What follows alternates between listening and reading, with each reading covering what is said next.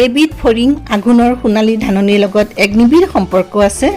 যিয়ে এই ফৰিং খাই সোৱাদ লৈছে কোনোদিনে এৰিব নোৱাৰে। কেৱল সোৱাদেই নহয়, ইয়াৰ পৰা যথেষ্ট পৰিমাণে প্ৰটিনো পোৱা যায়।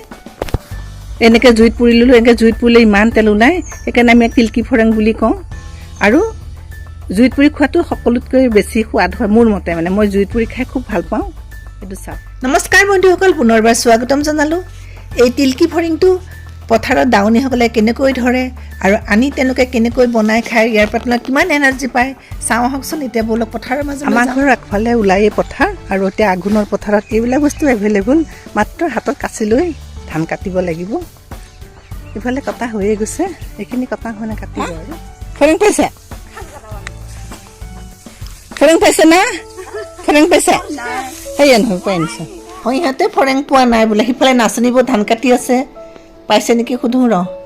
নাচনিব পাইছেনে ফৰিং? আচলতে ফৰিংবিলাক এনেকুৱা শুকান নৰাতহে পোৱা যায়, ওখ ধানত। এইটো দেখিছে ফৰিংটো কেনেকুৱা হৈ আছে। আৰু এই ফৰিংটোকে দাৱনীবিলাকে থাপ মাৰি ধৰে। কেনেকৈ ধৰে চাওকচোন। এয়া থাপ মাৰি ধৰিছে, ধৰাৰ পিছতে তাৰ যিকেইটা এই ঠেংকেইটা কাটি কুটি ক'ত ৰাখে চাবচোন।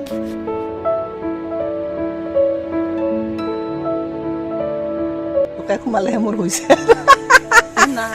চাওঁ কেইটা পালি তাকেতো ওলাক ৰ, উঠাবি।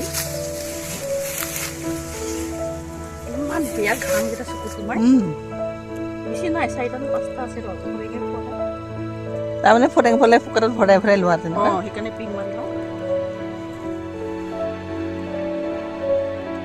এতিয়া 5টাহে পাইছে, আৰম্ভ কৰিছে। এনেকৈ কাটি তেওঁলোকে পকেটত ভৰাই লৈ আহে আৰু পাইছে। এইটো এতিয়া কি কৰি খাবি? ভাজি খাম। পুৰি নাখায়? পুৰি খালে সোৱাদ নালাগে, ভাজি খালে সোৱাদ লাগে।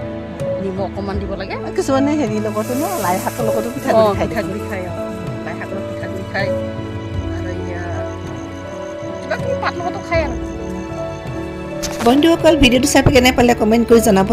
আঘোণৰ পথাৰত এতিয়া এই তিলকি ফৰিং এভেইলেবল। সোৱাদ লৈ যদি আপোনালোকে এবাৰ আহক।